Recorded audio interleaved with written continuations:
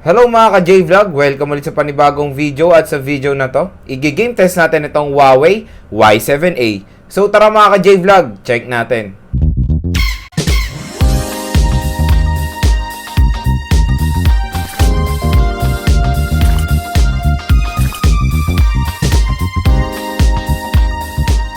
Shoutout kay J. Agnes, kay Christian J. Ramos, kay Ezekiel Pegoro, kay Vin Jesriel Buzon, kay Cyril Yanes, kay Joshua Alcedo, at kay Gianna Galarosa. Maraming salamat mga ka-J-Vlog sa suporta. So bago tayo mag-start, ito pala yung specifications ni Huawei Y7a.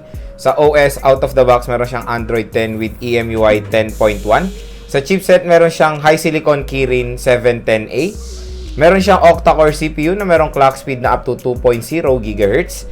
Sa GPU naman, meron siyang Mali G51 MP4. Meron siyang 4GB RAM at 128GB ang internal storage and expandable naman ang kanyang storage via micro SD card. Sa battery naman, meron siyang 5,000 mAh non-removable battery with 22.5 watt Huawei Supercharge. At ang official price niya pala dito sa Philippines is 8,999 pesos or almost 9,000 pesos. So, 6 na games ang ating itetest. Call of Duty Mobile, LOL Wild Rift, Mobile Legends, PUBG Mobile, Asphalt 9 at Genshin Impact. At ang internet connection natin sa ating game test is 4G mobile data. Benchmark test tayo dito sa Huawei Y7a at ang gagamitin natin is yung Antutu benchmark. Tingnan natin kung ilan yung score niya. Okay, nag-start na tayo. So, ito yung score niya sa Antutu benchmark, 153,837. So, ang una nating lalaruin is Mobile Legends at ito ang ating settings. HD mode naka-on, high frame rate mode naka-on. Ang graphics natin nasa high, naka-on ang outline at shadow. At naka-full download na yung resources dito. At itong nagda-download na to is yung Arena.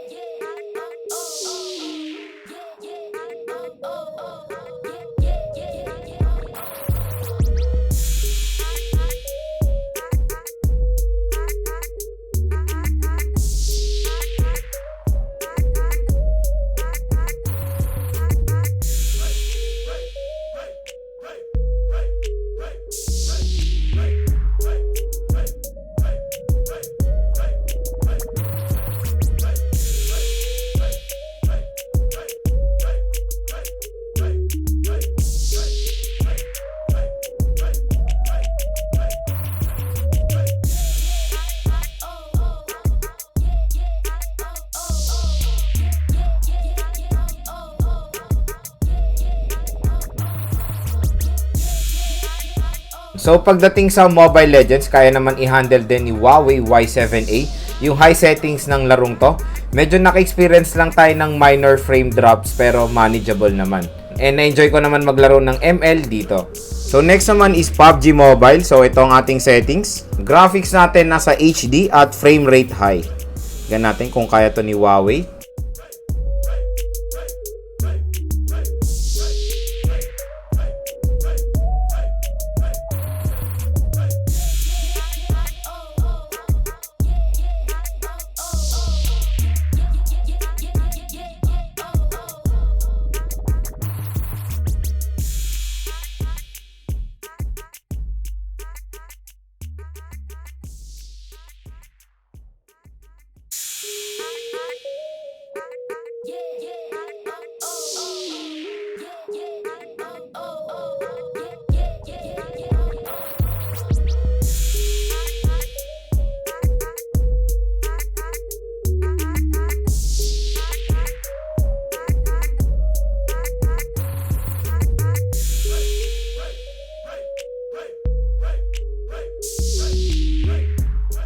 So, pagdating sa PUBG Mobile, playable din naman siya dito sa Huawei Y7a in high settings. Ayan, nakakalaro naman tayo ng mabuti dito. At okay rin naman yung movement ng player. Pero minsan naka-experience tayo ng minor frame drops. Pero playable naman siya sa high settings. So, next naman is Call of Duty Mobile. At ito ang ating settings. Graphic quality medium, tapos frame rate high.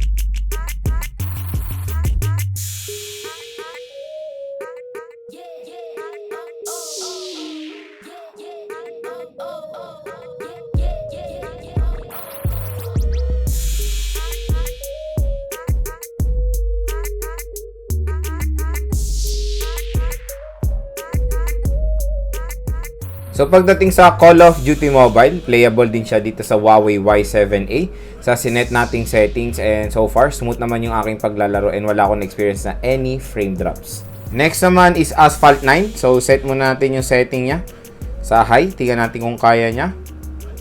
Lagay natin siya sa high quality yung visual at magre-reset to. So okay, na set na natin siya. Nag-restart na.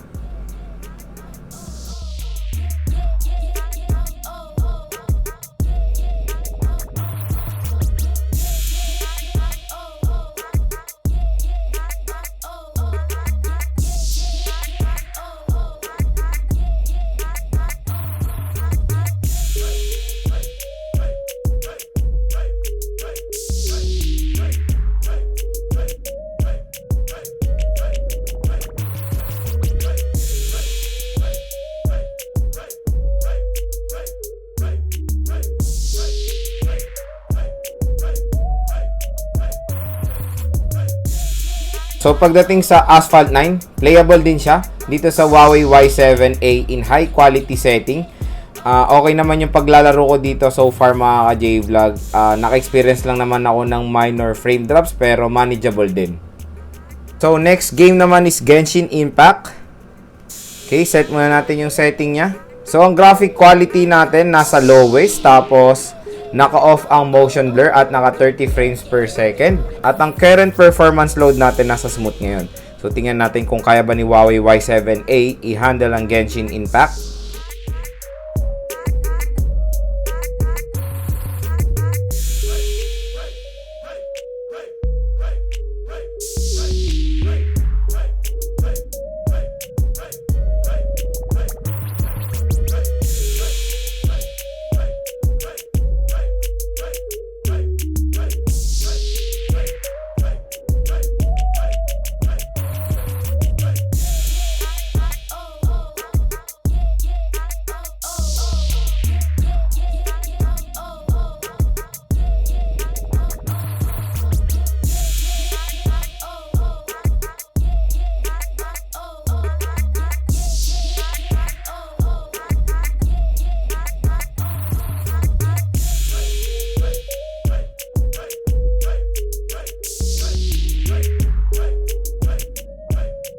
So pagdating sa Genshin Impact, kung mapapansin nyo naman, medyo nahihirapan si Huawei Y7a i-handle yung larong to.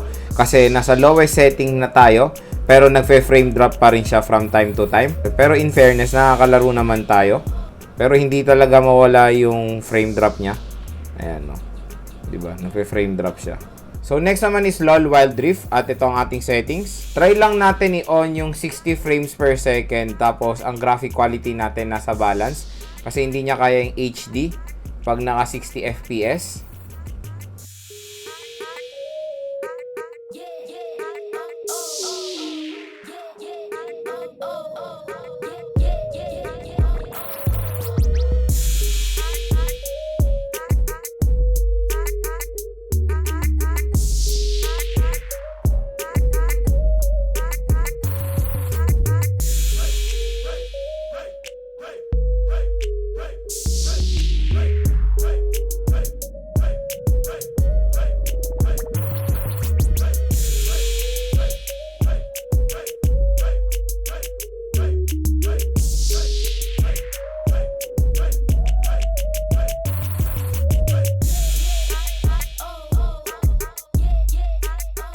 So pagdating dito sa LOL Wild Rift, kung mapapansin nyo naman, nakaset siya sa 60 frames per second. Pero nag-average lang siya ng 50 frames per second. And so far sa ganitong setting, smooth naman yung paglalaro ko ng LOL dito. Wala pa naman ako na-experience na any frame drops at lag.